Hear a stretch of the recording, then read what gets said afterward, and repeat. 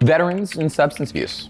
They're disciplined, often at the peak of their physical powers, highly trained and resilient. So why are veterans vulnerable to substance abuse disorders? According to the National Institute on Drug Abuse, 11% of US veterans who visit a medical facility operated by the Department of Veterans Affairs have some form of a substance use disorder. Meanwhile, the Substance Abuse and Mental Health Services Administration reports that nearly 80% of veterans abuse alcohol, 27% abuse illegal drugs, and 7% both abuse alcohol and illegal drugs. Working in the recovery world has taught me that veterans are a high-risk population for addiction. Much of it has to do with mental disorders that often drive substance abuse and addiction in everyone who lives with it. What is post-traumatic stress disorder?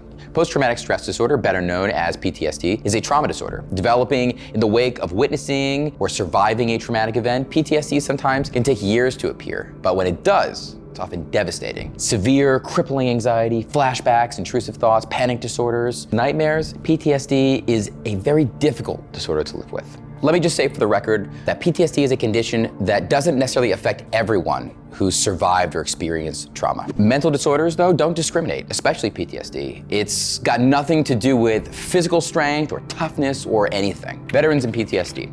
It's no secret that veterans often see and experience violence and horrible things. According to the US Department of Veterans Affairs National Center for PTSD, 7% of US veterans will experience PTSD at least once in their lives. And interestingly, it's only slightly higher than the general population at 6%. PTSD also appears to be higher among women veterans at about 13%. Nevertheless, many veterans leave their service scared physically, emotionally, and mentally. And like most of us, they often turn to alcohol for relief. The National Center for PTSD also reports that up to 3/4 of people who survive trauma or experience abuse report having a problem with alcohol. Alcohol and PTSD have a long and sad relationship. Substance abuse and PTSD.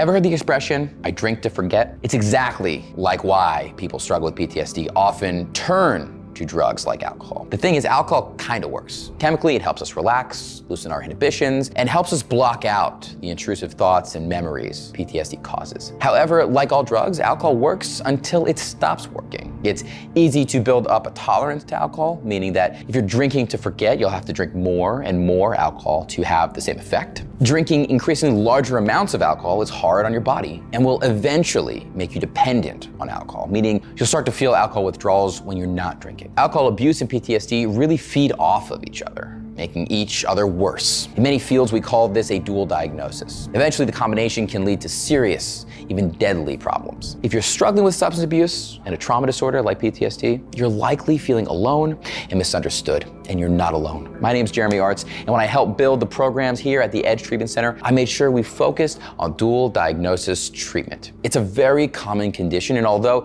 it's devastating to live with, it's also highly treatable. If you're struggling with PTSD or another trauma disorder, there's hope. Just give the Edge Treatment Center a call at 844-590-0403 to learn more about our effective substance abuse and PTSD treatment programs. Thanks for watching our video. If you're struggling with PTSD and addiction, share your story below. You might just help someone else make the decision to get treated for substance abuse, PTSD, or both. Hit those like and subscribe buttons too. Thanks again. I'll see you next time.